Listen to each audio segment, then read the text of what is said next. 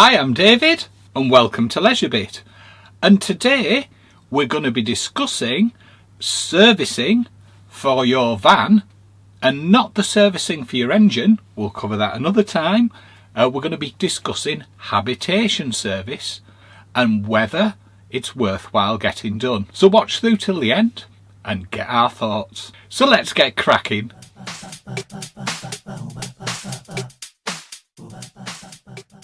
So there's two different types of service depending on what leisure vehicle you have.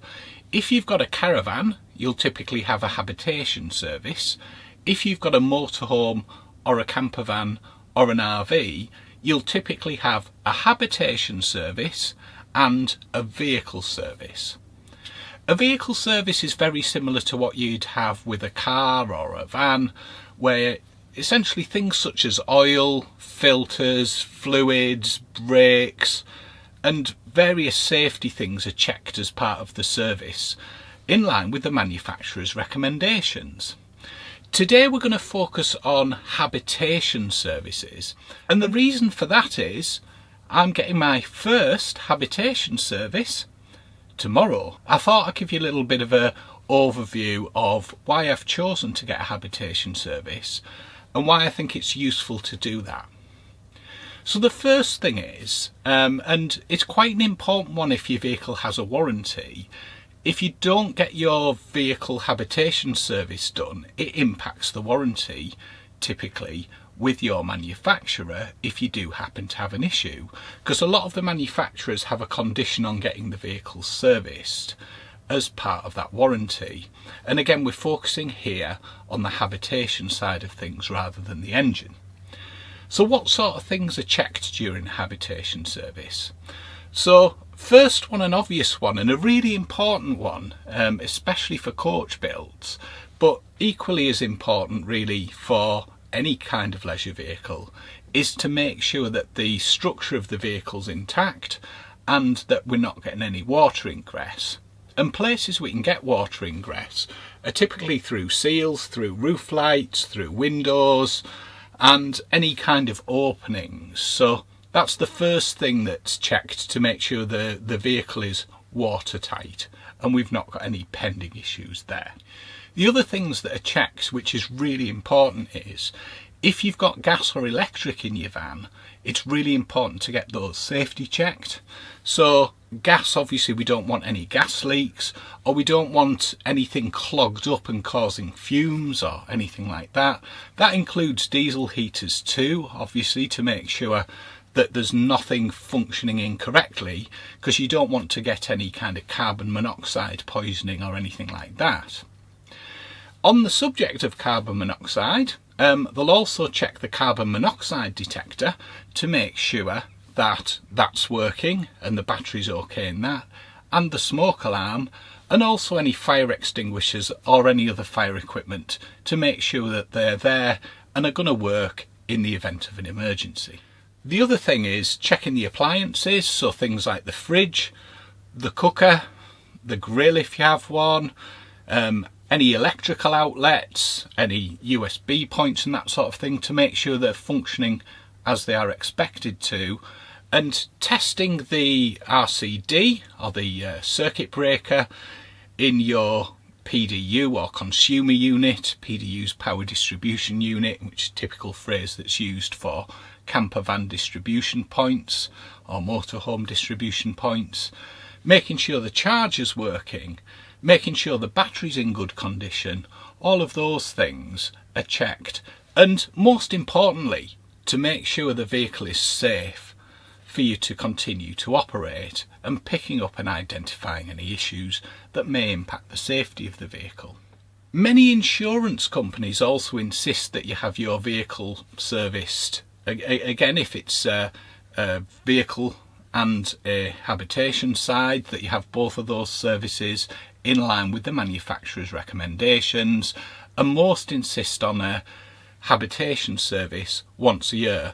So if you're thinking of not servicing or servicing yourself, do check your insurance to make sure you don't inadvertently invalidate your insurance by not having it properly serviced. The other really important point is to make sure you use a reputable company to do the servicing, and if your vehicle's under guarantee, make sure that they're approved by the manufacturer to complete the service, and that they update the manufacturer's records to make sure they're aware that the service has been completed, to preserve any warranty which you may have. Things to prepare before servicing the vehicle. So I've spent a couple of hours clearing everything out, and you always forget something as well when you go to clear it out, don't you? But clearing things out to make it easier to get in for the service. You can get servicing done at your dealers, or at another dealer's, or at an approved garage, and there are people that come out to your home or workplace to service your vehicle there. I've chosen to have somebody come out and service it on recommendation. Price wise, fairly similar in terms of costs of some of the kind of cheaper dealer service, but you have the convenience of them coming to you rather than having to drop the van off and get picked up and dropped off and all of that. So I've emptied out all of the stuff that would be in the way for when the van's serviced, and I will report back on how we get on with that one. Be interesting to see. As I say, it's the first time I've had it serviced. The previous motorhome I got done initially at the dealers, and then got it done at a local garage once the warranty had expired. Let's see how we get on. As you probably gathered, that's the service completed, and was surprised at how many things were checked. Even things such as the window seals, just to make sure that the window's not going to stick and damage the seal, and something put on there just to stop it sticking. So lots of things checked that I wasn't expecting to.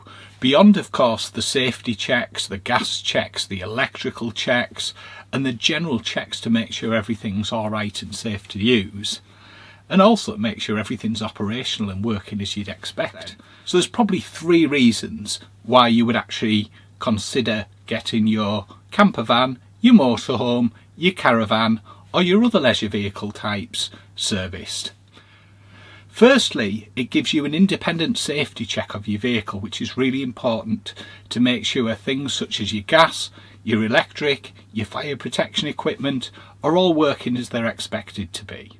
Secondly, there's your manufacturer's warranty if you have one, and by getting it serviced with the correct people, it keeps the warranty up to date. And thirdly, and I think it's quite an important one, especially if you have a newer vehicle, is if you get it serviced and the habitation serviced, it gives people the impression that you're looking after the vehicle, because you're making sure you're doing things as you would expect to do and in line with the manufacturer's recommendations, which could increase the resale value of your vehicle. So you may actually find that you get the money back that you would have spent on the servicing, with a bit of luck, when you come to sell the vehicle. So that's really the 3 main reasons on it. But it also gives you peace of mind, because you've had someone independently check your vehicle and make sure everything's doing what it's supposed to do, and make sure that it's working in the best way possible, as safely as possible. So, how much did it cost, and was it worth it? So the cost of the service, and that was to come to our home, was £180. Was it worth it? I think so.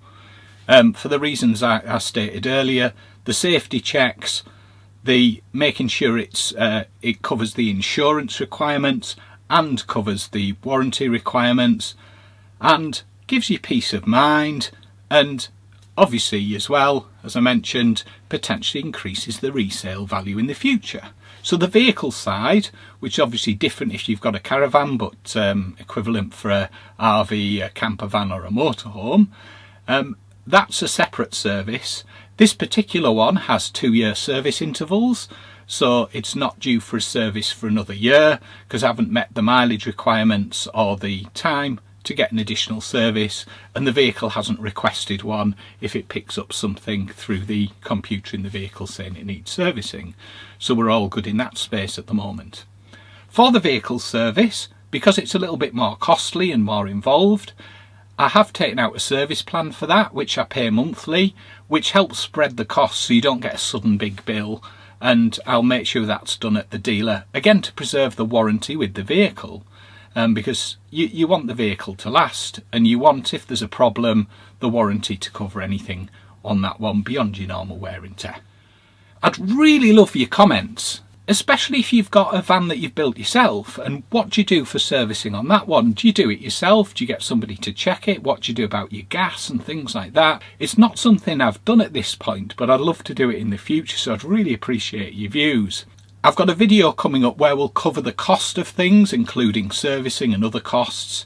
I think that's quite useful for comparing, and also if you're new to campervanning or motorhoming, to give you a little bit of a view on the costs of things, and you know how much it kind of costs to have the vehicle sat there, usage costs, and so on and so forth. So we've got that one coming up. I hope you found that useful. If you did find it useful, please give us a thumbs up. If it wasn't so helpful, feel free to press the thumbs down button twice.